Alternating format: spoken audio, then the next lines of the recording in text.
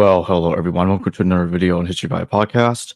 So I'm live now with Professor Bruce Chilton, and we're going to be discussing his book, Judaism in the New Testament. He co-authored it with the late Jacob Neusner.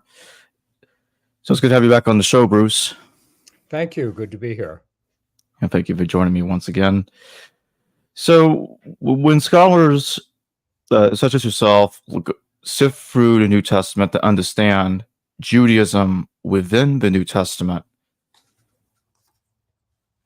can you walk us a little bit through that, about like how that works and how they try to understand how the New Testament interprets Judaism or tries to incorporate it?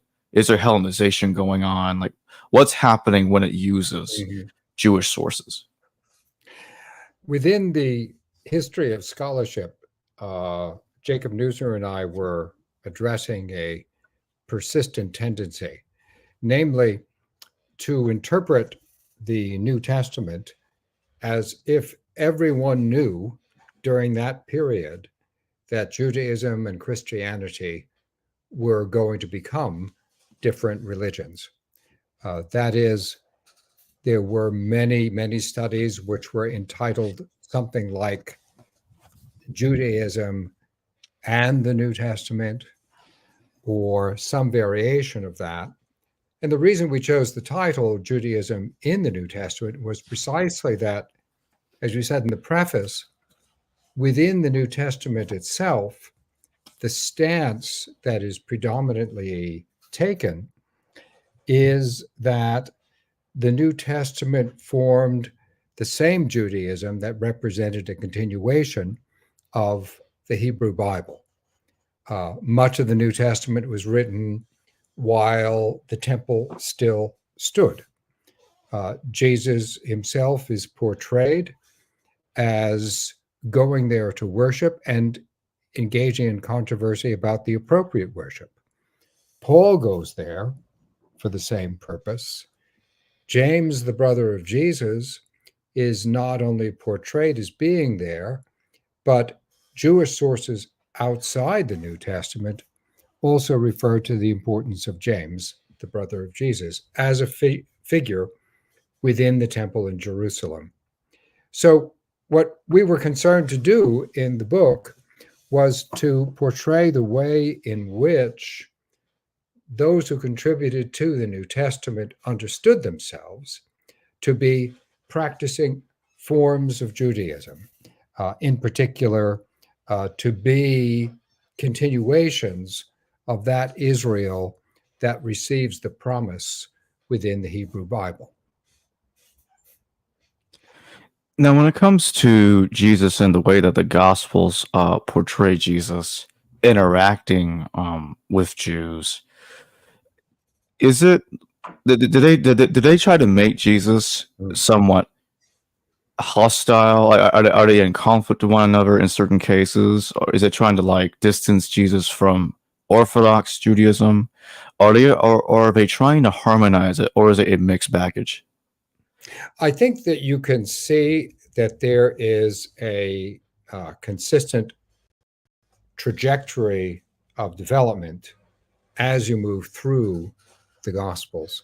We need to bear in mind that all of the Gospels were written in Greek, and they are written with the awareness that Jesus himself did not have, namely that a substantial number of his followers were going to be Gentiles. Even Paul, although announcing himself proudly as an apostle to the Gentiles, did not live in a period when there were a majority of Gentiles within that movement. So they are writing to a mixed environment, and by the time you get to the stage of the Gospels, well after the death of Jesus and after the death of Paul, the movements have changed in terms of their constituencies that are dedicated to Jesus. They are, by that stage, increasingly Gentile. As a result of that, the Gospel according to Mark has sometimes to introduce very elementary information about Judaism to its readers. Apparently, they are not aware that within Judaism there is a persistent adherence to the practice of immersing in water, not only people, but also objects. So Mark's gospel explains this in chapter 7 during the course of the discussion of the washing of hands prior to eating. In the gospel according to Matthew, there is an enormous amount of wrangling over the term rabbi. Matthew's gospel notes that many people are called rabbi in the practice of other forms of Judaism, but within Matthew's Judaism, there's only supposed to be one rabbi, namely the Messiah.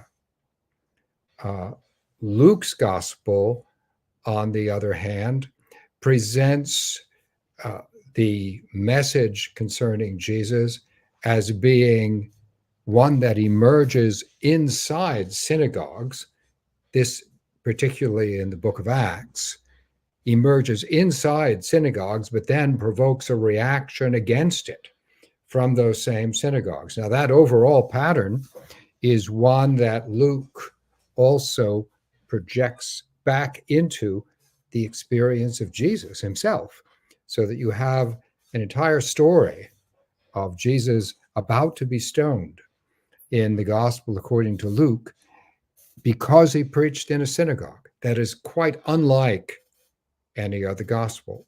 And finally, John's gospel, I think, being the latest, probably written around about 100 of the Common Era, has the interesting habit of constantly reminding the audience that those who were present at the time that Jesus was speaking in Jerusalem were Jews, constantly explaining, oh, Passover, a feast of the Jews, as if it would be of anyone else. That is, it's showing the reality that the audience in mind is definitely not from Judaism. And this is one factor, that there's a demographic drift away from Judaism and towards a Gentile constituency that finally seems to have become a dominant Gentile movement during the 2nd century, but before that time was not.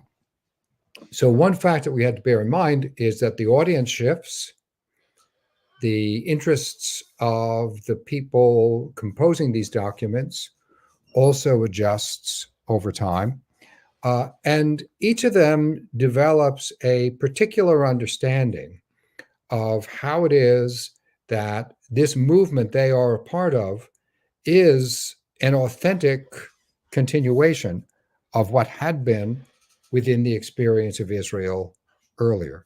This is even the case in the thought of the Apostle Paul, who in many ways is rightly regarded as being the most biased towards the Gentiles. That is true. You know, he says he's an apostle to those Gentiles and makes it a point of pride that that is his particular function. But those same Gentiles, he is at pains to explain, are actually, he says, examples of Israel, because he defines Israel not as a matter of genealogy, but instead as a matter of whether a person believes in the same manner that Abraham believed God. If you believe in that same way, then he says you are an heir of Abraham, and therefore you are Israel. Now, this is very much Paul's interpretation. It was not the majority view during his time, and I would say it's not the majority view among most people today, but it does characterize his particular understanding of how the covenant was unfolding. When you look at the way the New Testament talks about Jesus and James in relation to Judaism, is it identical in the sense that did Jesus and James have the same kind of relationship with interactions with other Jews, or was it different between the two of them? Did they have different? Was their experiences very different? Yeah, this is a very good question. They really are different experiences, and they are different people. As I mentioned, James, the brother of Jesus, was very highly regarded within the population of Jerusalem. And we know this from the Jewish historian Josephus.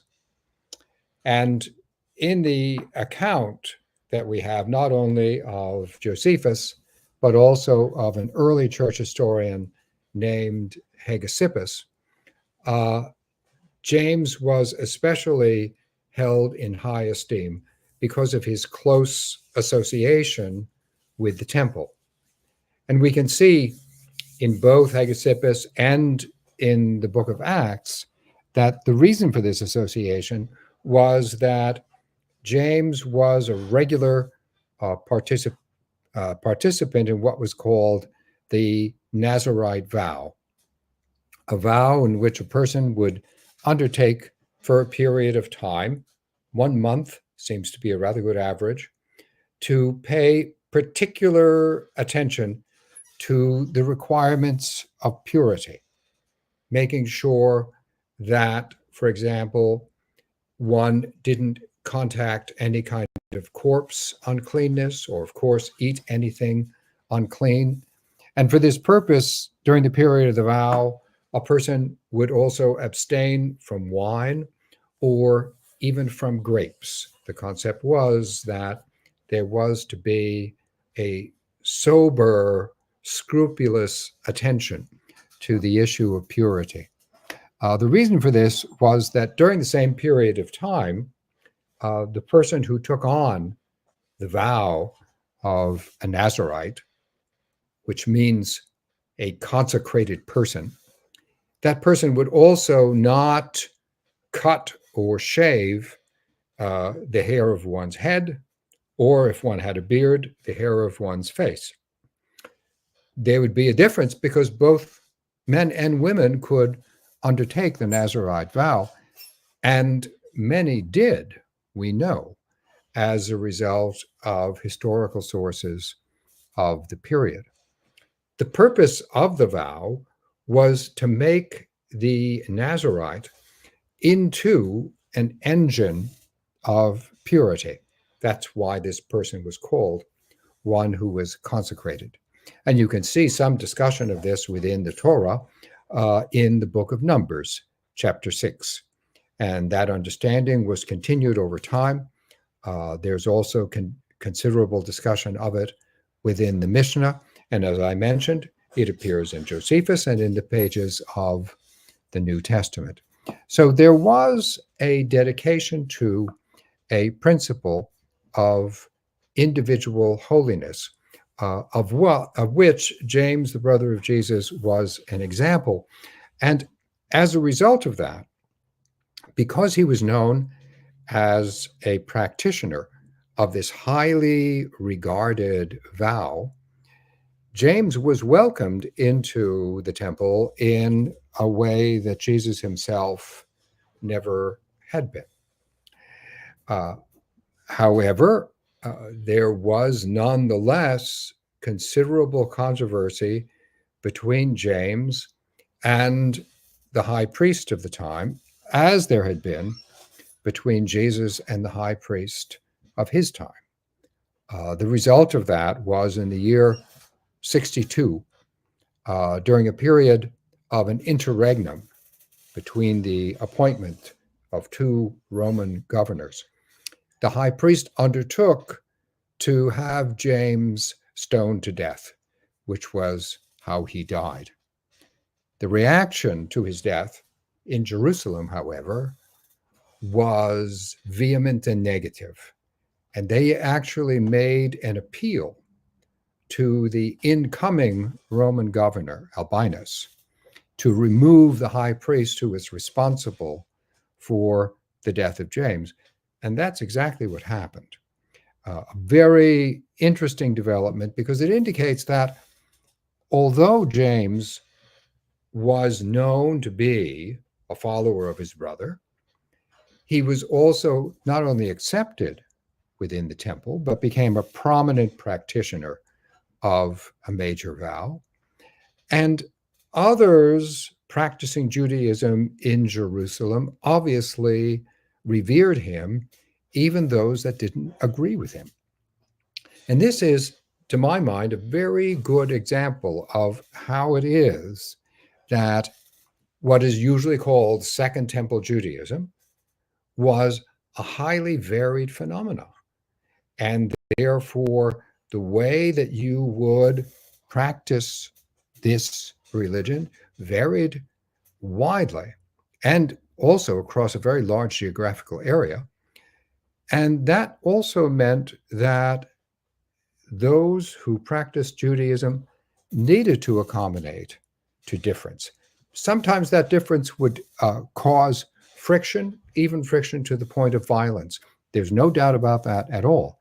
However, it also promoted the ability to recognize another person as being a part of this overall system of practice and faith, even though there was not complete agreement. This is one reason that Christianity could emerge, so that the earliest figures within it, such as Jesus and James, do not understand themselves to be founding a new religion.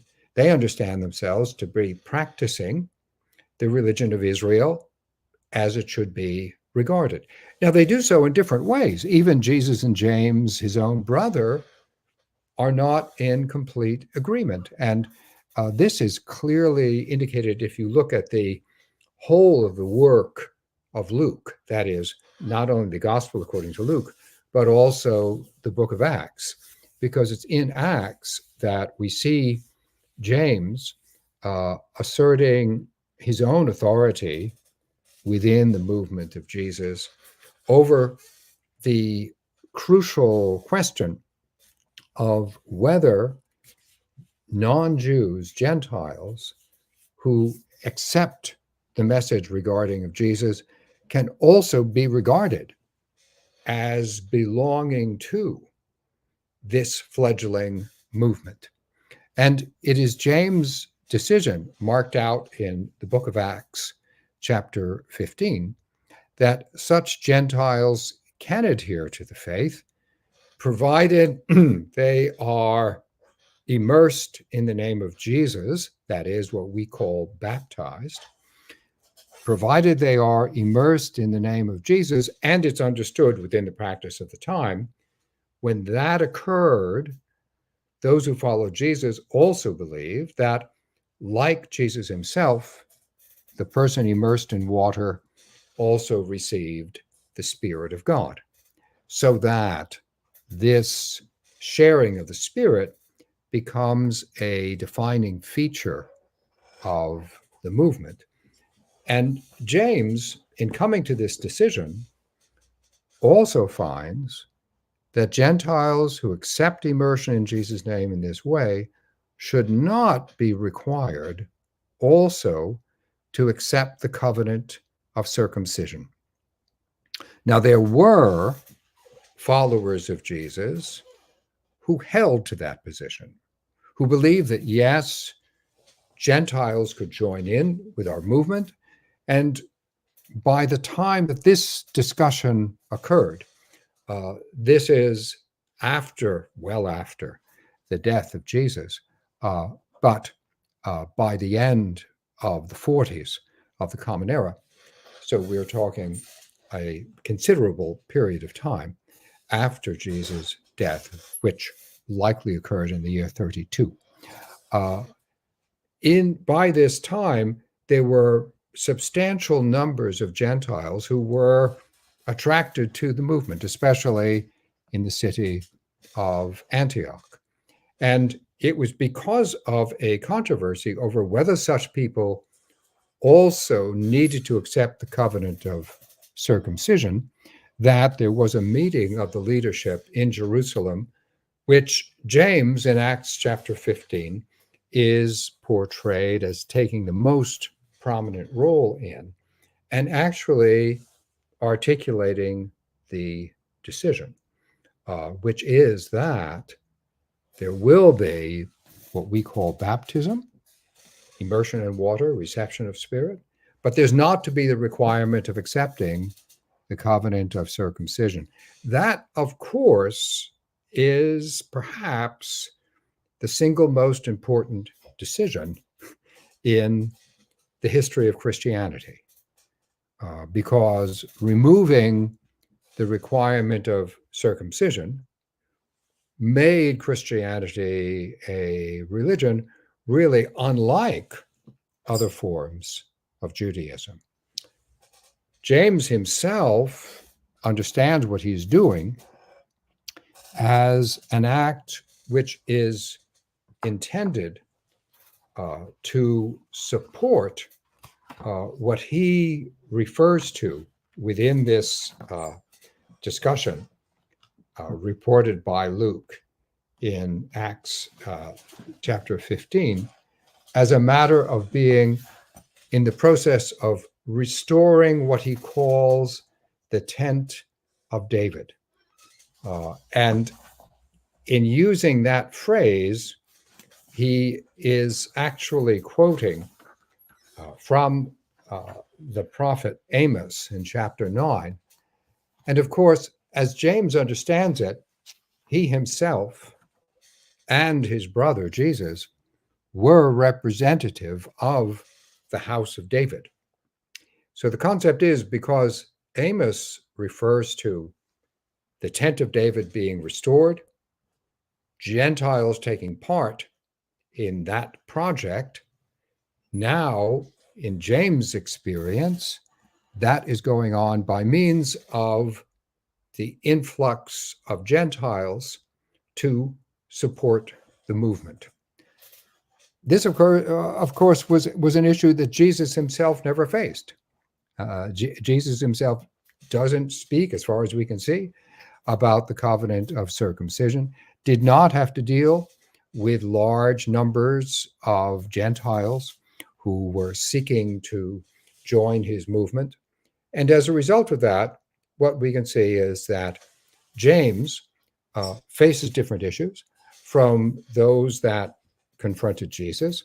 And as a result of that, James also made an epical decision in the time of the church. Now, it should be stressed that those who disagreed with James, those who believe that in fact, because after all, circumcision is in the Torah, it's in the book of Genesis, therefore, this was really a non-negotiable part of the covenant, they continued to practice according to their understanding of what should be the case. And as far as we are aware, until the rise of Islam, there were those who continued to practice circumcision as a Christian institution.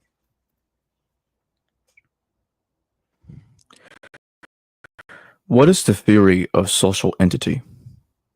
Oh, this is a concept that was very dear to my colleague, Jacob Neusner.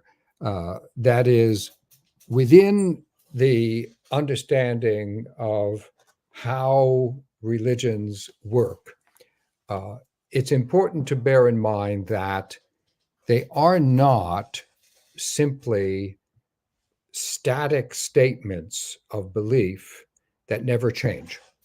The fact is that religions do constantly change, and they not only adapt to new circumstances, they certainly do that, but they also themselves occasion change as they take on new aims within their own understanding of what is demanded from them. So the way I would put it is that any religious system involves an interaction among three components. One of these components is ritual, namely what you undertake as a matter of how you define yourself. So we just talked about baptism and circumcision. Those would be good examples. Decisions that a community makes about those two rituals will have a profound impact upon how that community views itself. That is the social entity. That is, the social entity is the people who take part in this ritual. But in addition to ritual, religion also involves a clear understanding of ethics. That is, it promotes views of what is right and what is wrong. And these are often very closely connected to its understanding of ritual. And then religions also develop an overall understanding of the meaning of human experience. It's within that understanding that they set out views of God, how it is that God governs the universe, is concerned for the ultimate judgment of what is right and what is wrong. These three features of action, the ritual, the ethical, and the issue of meaning, operate together within a particular view of who are the practitioners of this system. After all, religion is a social system, and therefore it's designed for some social entity. In the case of the work that Professor Neusner and I undertook, we were especially interested in what you mean by Israel. At first, that would seem to be a kind of obvious issue, but it is really not, and it's especially not an obvious issue for us. Now, when you hear the term Israel, you're likely immediately to think in terms of a country, which is not the sense in which the term is used, let's say, within the book of Genesis, where it clearly refers to a person, right? Jacob, the patriarch, is actually given the name Israel because he struggled with God in Genesis chapter 32. And because Jacob, takes on the name Israel, those who are descendants of Jacob take on that name. But then, as I referred to earlier, the Apostle Paul develops a completely fresh definition of what Israel truly means. Now, it's no longer genealogical, but a matter of one's relationship to God. A person who places confidence in God in the way that Abraham did, according to Paul, is an Israelite. So that, I think, is an excellent example of how it is that a social entity, which you might think as being a highly stable matter of definition, can in fact wind up changing quite drastically. And clearly it did in the case of Christianity. So in our work together, Jacob Neusner liked to talk about social entity, worldview, and way of life. These are his ways of referring to what I call ritual ethics and meaning. But in both cases, these three are all directed to a social entity. And they actually define the social entity. That is, the actions make the community as much as the community makes the actions. Did Paul compete with Jesus' disciples? I would put it this way, that they had an understanding from the outset that Paul refers to in his letter to the Galatians, according to which they could not only coexist, but also collaborate with one another.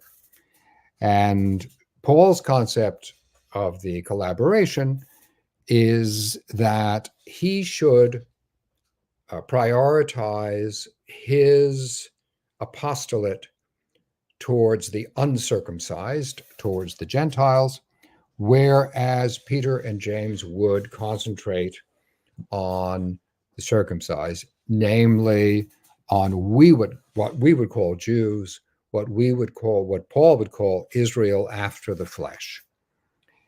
And this was a line of demarcation which appears to have worked reasonably well until it did not, until it turned out that there was a underlying difficulty about aligning these two, after all, different views of the social entity. That is, if you think that Israel is a matter of whether you have faith in God or not, and you have others who think that Israel is a matter of your descent, there was going to be a conflict.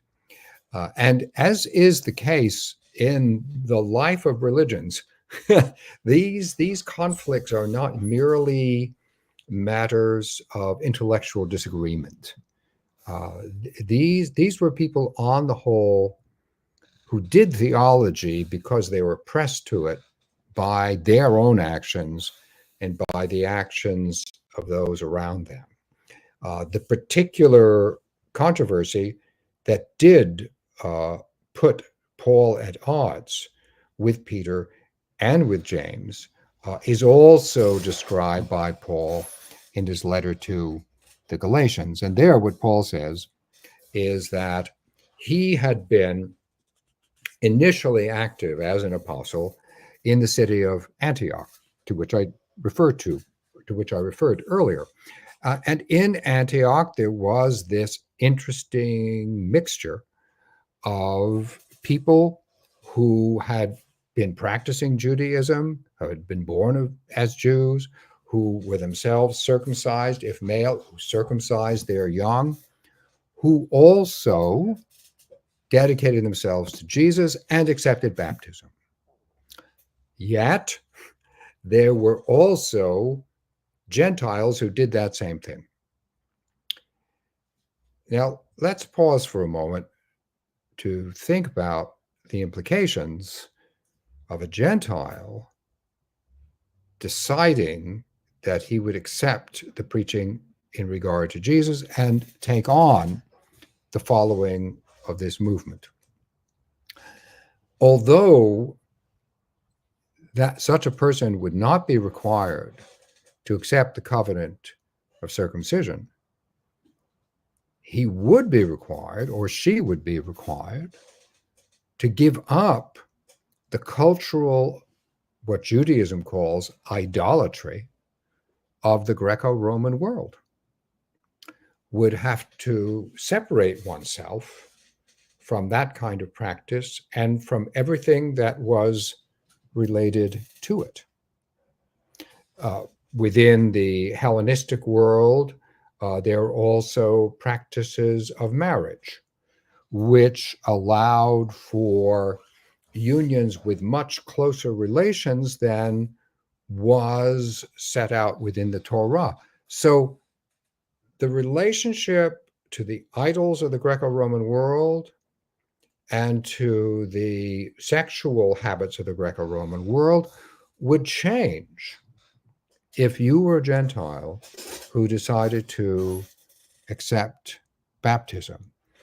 And Paul is in the position in Antioch and elsewhere of having to insist upon just those requirements when he's dealing with Gentiles as their apostle.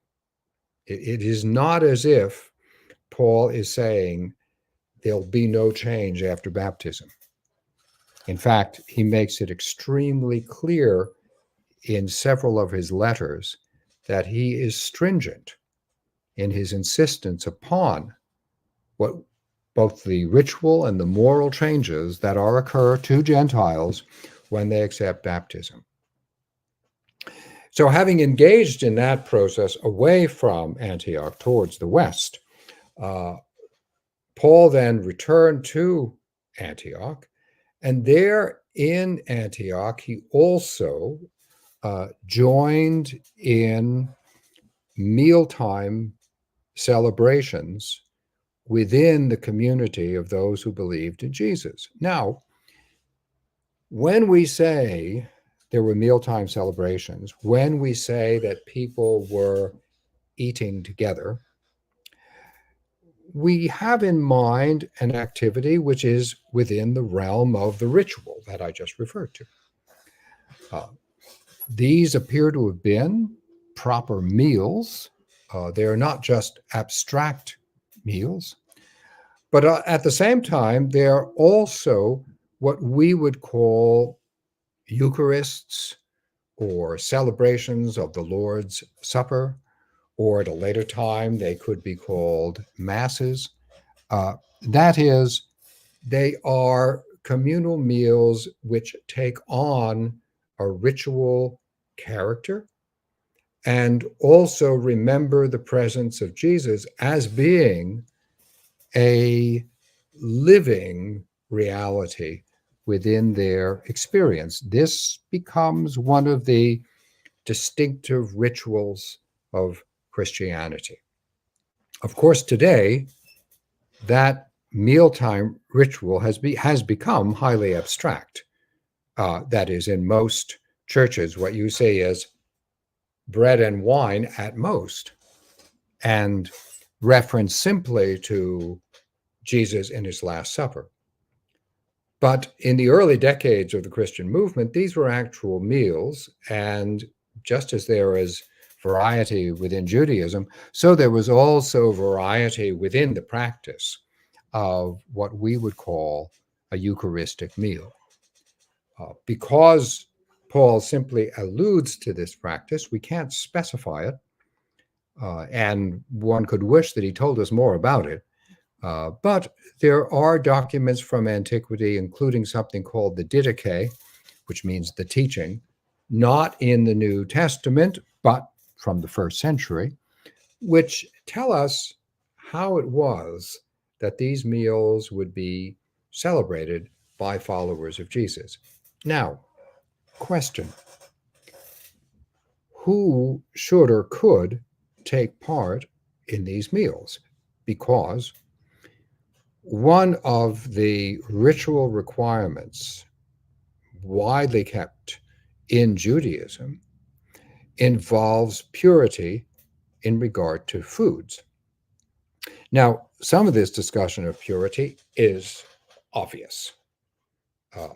Namely, everyone knows that certain animals are anathema within Jewish practice.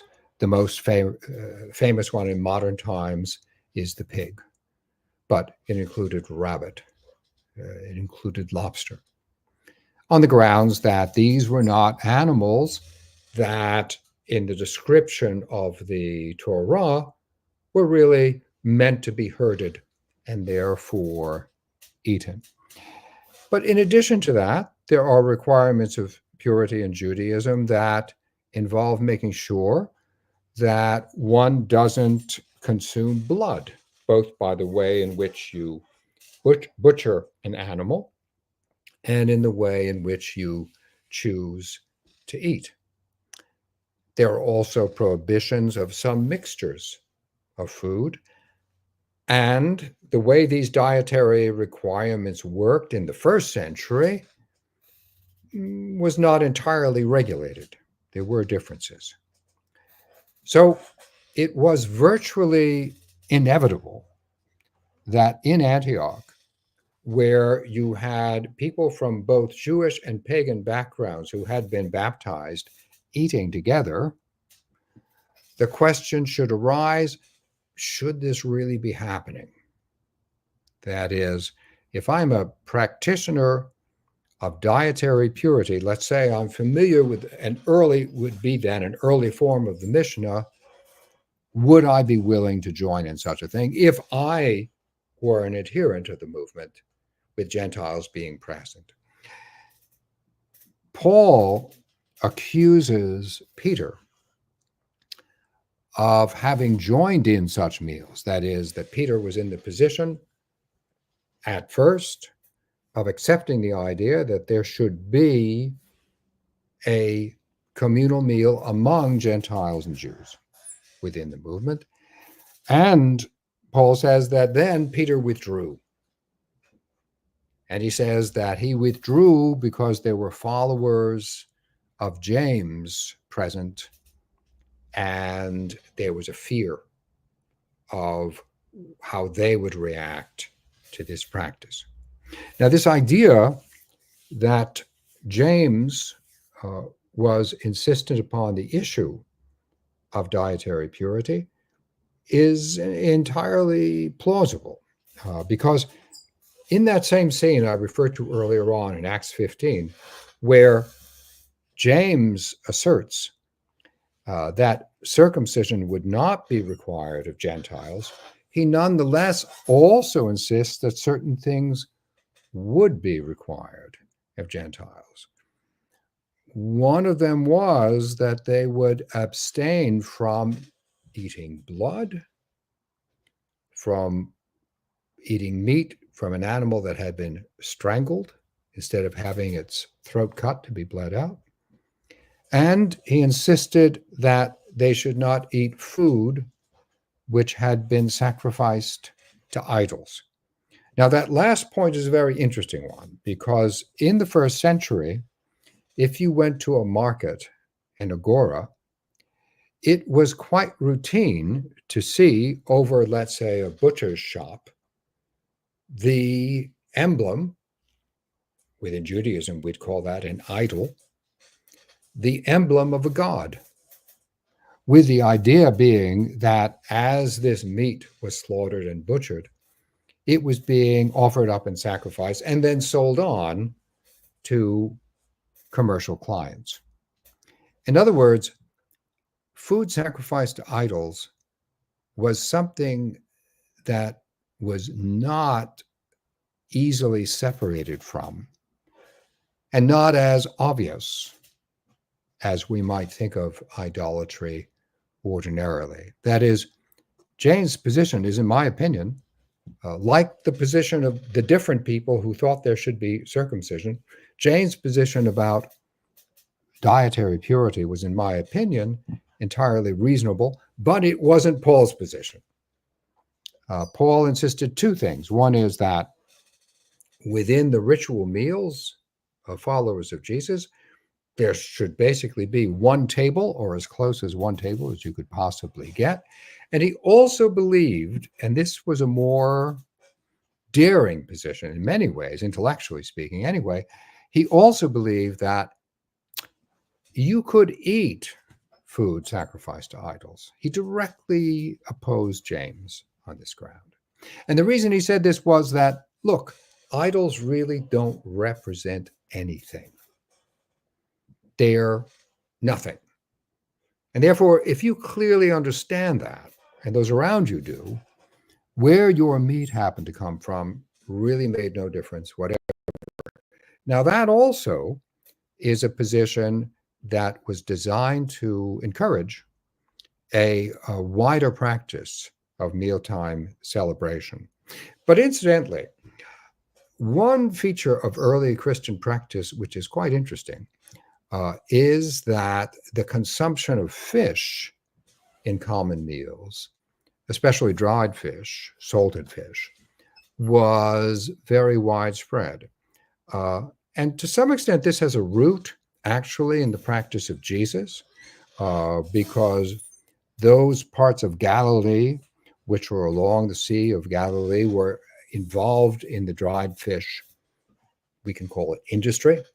They produce this for export, but also because the eating of dried fish, provided the fish themselves were of an appropriate kind, was a visible way of maintaining what we could call dietary neutrality, getting around this problem of the food sacrifice to idols. So James and Paul and Peter, Peter was caught in the middle by Paul's description. He at first was there in the common meals, and then he withdrew. So, of course, he was accused. Peter was accused by Paul of being a hypocrite. Even Barnabas, who was Paul's close collaborator, is accused of being a hypocrite. So this controversy becomes vehement. But then your question was about competitors. They're still not quite competitors because Paul maintains his position of seeking out the Gentiles, first of all. James is basically concentrating on the house of David, as he openly says, and therefore that means within Israel. Peter is really someone who seems to be in more of a middle position. And of course, the middle position is often the most difficult to defend. But that was the ground that Peter found himself occupying. And Barnabas was similarly what I would describe as something of a moderate within this controversy. How is James Jesus' Davidic scion of Israel? They are, in the sense that the house of David is understood to be the place from which the Messiah is to come, in the sense of the Messiah who's anointed, which is what that term means, in order to be the king of Israel, and therefore bring about Israel's redemption. One of the ways that Jesus is hailed when he makes his way into Jerusalem is as a descendant of David. And at times he's addressed as son of David. And of course, that same description, interestingly, applies to James.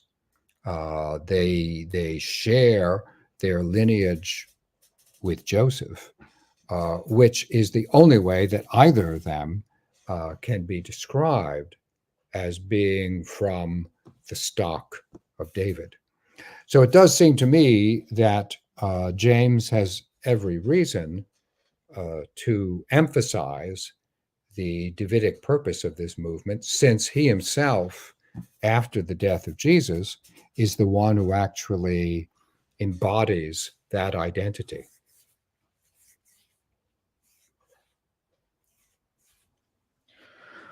Where did Paul get the idea to have a different view of Jesus so contrary to that of Jesus' earlier followers and disciples?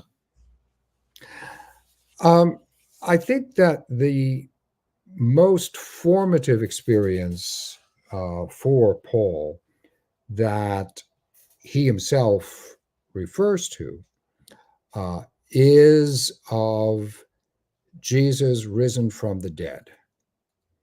And in his mind, again, he describes this in his letter to the Galatians. In his mind, his experience of Jesus risen from the dead was directly connected to his understanding that it was his purpose to reach out to the Gentiles. His view of resurrection is unlike what we find elsewhere in the New Testament. He, in Galatians, speaks of the moment when it pleased God, he says, to reveal his Son in me. That is, he refers to this as being an interior experience. The story of Paul's conversion, as it's often referred to, that is more widely known, appears in the book of Acts, and indeed it appears 3 times. And in the book of Acts, we are dealing with light and sound. And by the way, in those accounts, there are different descriptions of who sees the light, who hears the sound that causes this communication with Paul. Paul himself, I think in Galatians, is far more accurate in referring to this as an interior experience, an awareness of God's presence as God's Son within. Now, at the time of this experience, Paul himself had, of course, been a persecutor of this new movement. He sided with those Pharisees, of which he was one, in Jerusalem, who supported the high priest Caiaphas in his opposition to Jesus and in opposition to Jesus' movement. So that persecution, the verb dioko, implies a degree of violence used against these followers of Jesus. When Paul experiences this Jesus within himself as actually alive, a living presence, that causes him to reject his activity as a persecutor of Christianity. And it also causes him to reject the stance which had caused him to persecute in that way. That is, he decides at that moment that he will no longer apply the strictures that caused him to persecute Christianity. He will not see those definitions of Israel as constraining those who could belong within the practice of Judaism. And he saw this as a fulfillment of prophecies in the Hebrew Bible, which speak of the message concerning God going out to Gentiles and their inclusion within the people Israel. These prophecies, I referred earlier to the book of Amos, where it is referred to by James. Also, the book of Isaiah, very prominent in Paul's thinking. And in fact, in very concentrated chapters in his letter to the Romans, chapters 9 through 11, Paul brings out a whole series of prophetic materials that show you how it is in his mind that the fact of Jesus being alive and risen for the dead means that the understanding of Israel needs to be extended to the Gentiles. This is the basis of his remarkable and different kind of apostolate, an apostolate to the Gentiles. Now, it's of interest that this understanding of what the resurrection means is also reflected in a very different way within the book of Acts, not in relation to Paul in particular, but instead in relation to the scene of Pentecost. Because in that story, where the Holy Spirit comes to the apostles as a whole, the explanation given within the account is that this Holy Spirit has been poured out from God because Jesus rose from the dead, and that he poured this out upon his followers for the purpose of reaching to those at the limits of Israel or even outside the usual bounds of Israel. So this understanding of a mission to Gentiles, that Paul is definitely the most famous example of that, but it comes up elsewhere. It comes up, as I said, in the story of Pentecost and to the gospel according to Matthew, which is in some ways a highly restrictive gospel at first, where Jesus tells the apostles, don't go in a way of the Gentiles, because you were sent to the lost sheep of the house of Israel. In this same gospel, Jesus, again, risen from the dead, tells this group to make disciples of all nations, that is, Gentiles. So there is a link between an understanding what resurrection means and the conception that a defining, not the only defining, but a defining purpose of this movement should be to fulfill the prophetic outreach to the Gentiles. What was Peter's interpretation of Moses? I think the most evocative passage in the New Testament from this point of view, namely how Peter sees the matter of Moses, particularly in relation to Jesus, is the story of Jesus' transfiguration. Because there you have a highly select group of apostles, Peter in the lead, alone seeing not only Jesus transfigured, but seeing him with Moses and with Elijah. Now, within that understanding, Jesus alone in the transfiguration is designated as God's son. And in fact, the three apostles hear a voice that says, "This is my beloved son, hear him." It's a fascinating moment in the gospel according to Mark, since it provides the apostles with exactly the same revelation that occurs in the story of Jesus' baptism at the beginning of Mark's gospel, where he is identified as God's son. But this command to hear this, my beloved son, goes hand in hand with the understanding that Jesus appears together with Moses, of course, understood as the source of the Torah, and Elijah, who in many ways was the most powerful of all the prophets, and a prophet of signs, of deeds, as well as a prophet of words.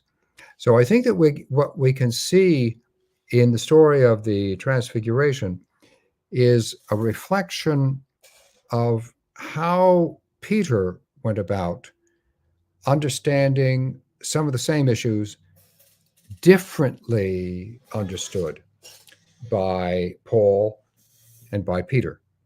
For Paul, as I've said, Israel just has a new definition. Israel is faith. If you believe, you are Israel. If you don't, you're not. It's straightforward, amazingly radical, so extreme, it was not widely accepted at the time, and still is not at the moment. James, on the other hand, thinks of the promise of Jesus as within the restoration of the house of David. And of course, if you speak of the restoration of house of David as the purpose of the movement, that assumes that the Torah and the prophets remain regulative, which I think it does within James' thinking. Peter is accepting neither of those two propositions, which is why I think he really was literally caught in between Paul and James in Antioch. In Paul's understanding, the recognition of Jesus as God's son, which is essentially a recognition in light of the resurrection. The recognition of Jesus as God's son goes hand in hand with the acceptance of Moses as the source of the Torah and Elijah as an exemplar of prophecy. So he seeks for recognition of all those sources of authority, whereas James would prioritize Moses and Paul would prioritize Jesus.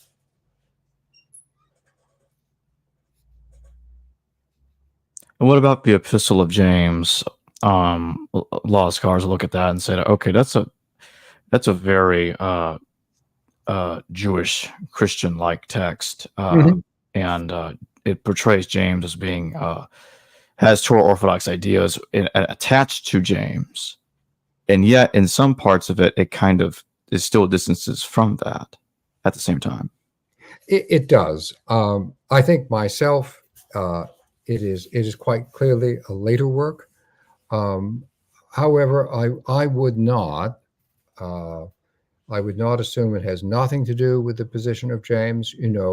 Many works in the New Testament derive from followers of the source who is named. I mean, that's even the case in the Gospels, right? In the case of Jesus. We also have works of Paul not written by Paul. The pastoral epistles are an obvious example of that.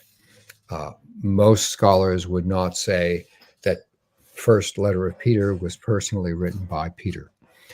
Similarly, I would not say that was the case with James, but James is a very interesting work.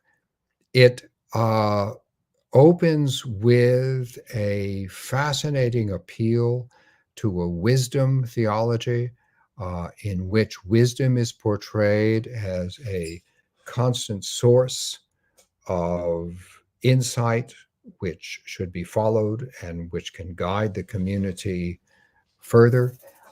It is also very keen on its understanding of the importance of judgment within the preaching in regard to Jesus. And that is a feature that we especially see in the influence of a follower of James, whose name was Silas, or in its Latin form, Silvanus. I think that he is very much behind, for example, much of the apocalyptic material inside the Synoptic Gospels. And I think there's been some influence also on the letter of James. But the most interesting feature for theologians in the letter of James is its argument clearly with the Pauline position, namely the relationship between faith and works. James directly challenges what is referred to as Paul's position, and it insists upon the importance of works, of actual deeds, in the whole process of following Jesus. So I think it's a fascinating example of a form of belief in Jesus in the idiom of Hellenistic Judaism, therefore, where you have an appeal to wisdom, an emphasis upon judgment, and a great confidence in the value of works in establishing a person in the presence of God. And in my closing question, do the Gospels consistently portray Judaism in the same way, or are there inconsistencies across them? Yeah, no, that's a very important question. They don't portray Judaism in the same way because, first, there is no single Judaism. And that was something that Jacob Neusner and I very much wanted to emphasize in this book. It's a point of view which was not unique to us. Samuel Sandmel, for example, long before, had used the plural Judaisms to express this idea. There being many, many different kinds of movements associated with the Second Temple. So this is one reason for which there's not a monolithic Judaism to which the New Testament responds, or to which it could respond. Attempts to make it into that really are anachronistic. What usually happens in that attempt is that in the past, and sometimes even today, scholars have taken the rabbinic Judaism, which actually emerged after the New Testament, as if the New Testament were replying to that, which, of course, is just chronologically impossible. So that's not the case. There's no one Judaism anyhow. And the other reason for which this doesn't occur is that the writers of the New Testament, in their differing ways, are all claiming the inheritance of Judaism. They believe that they are that, so that their position is not that they reject everything that relates to Judaism, but that they, in fact, are the true representatives of its power, whether that power is understood to be prophetic, or in terms of the Torah, or in terms of the wisdom that derives from God, or in terms of the signs that are involved with divine guidance. And that's why there is not, I think, a single attitude towards Judaism. There is no single Judaism, and the New Testament itself is still operating within Judaism.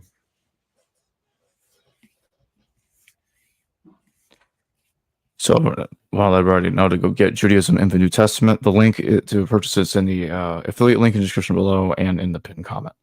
Thank you for joining me today, Bruce Chilton. Thank you very much. It's been enjoyable.